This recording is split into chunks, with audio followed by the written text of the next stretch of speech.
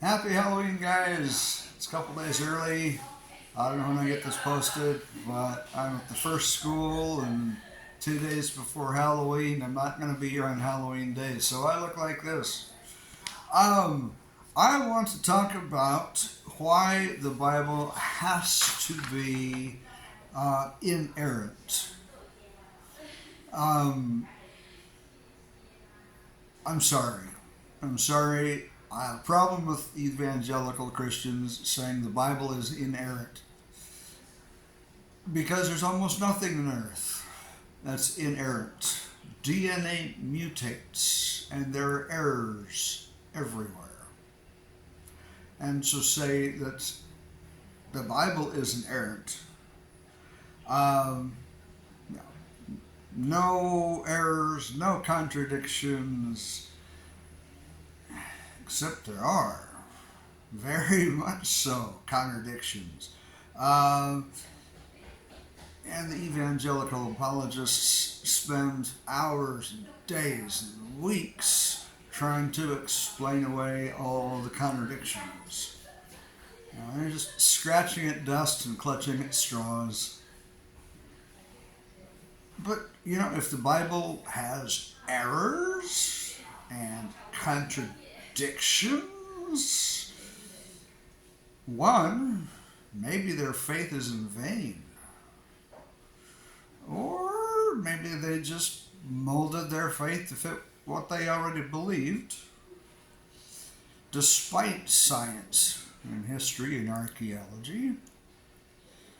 Two, if the Bible is fallible, then God makes mistakes. Ooh, that messes with some heads.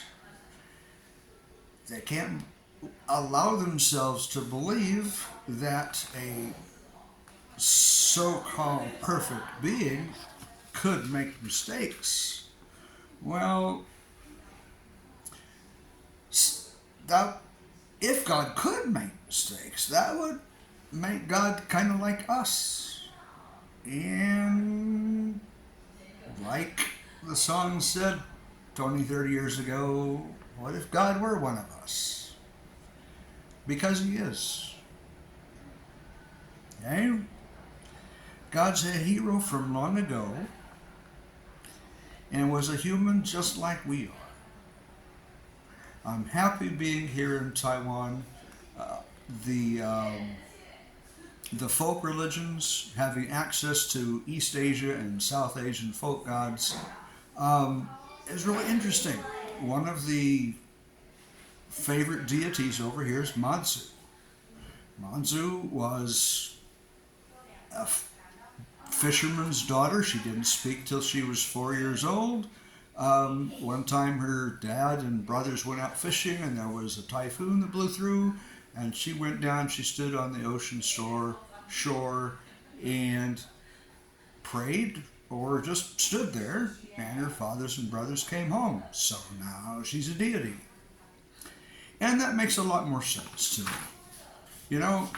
We have our heroes, and we don't want to forget about our heroes. Our heroes die. Everybody dies. But we have heroes, and so we offer some incense in front of the picture of our heroes.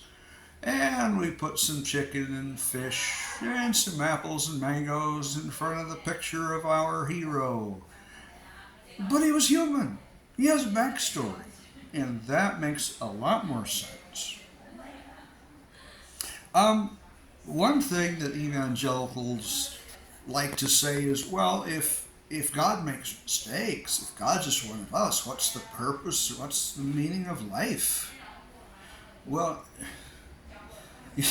the funny thing of it is, the meaning of life is anything I choose it to mean. And the purpose of life is anything I choose the purpose to be. And I've come to understand that my existence depends on your existence, and your existence depends on mine. I take care of you, you take care of me. Your happiness depends on my happiness. I try to make you happy, you try to make me happy. We take care of each other. Okay? And so, what does life mean? Life means that I'm here and I need to take care of you guys. Okay? That's the meaning of life. We help each other out. The purpose of life, for me, I'm human. I'm not just a dumb animal. I shouldn't say dumb animal, but I'm human. And I'm capable of making changes to the world. And so the purpose of my life is to leave the world better for those that come after. I have never felt more meaning and more purpose in life than I do now as an atheist. I didn't feel this much purpose and meaning in life when I was a Christian. And now that I'm an atheist, and life means, and the purpose of life is whatever, it means whatever I choose it to mean. It's the purpose is whatever I choose it to be. It has so much more meaning now, and the purpose is just so much bigger than it ever was. So, I understand that God can be infallible. God can be fallible. That doesn't bother me, because he's just a human. Actually, if God were one of the heroes with a backstory, that would make the Bible stories make a lot more sense. Think about that one. Thanks for watching Second Coming of Unbelief. Like and subscribe, share if you care to. Love you guys, and talk to you next time.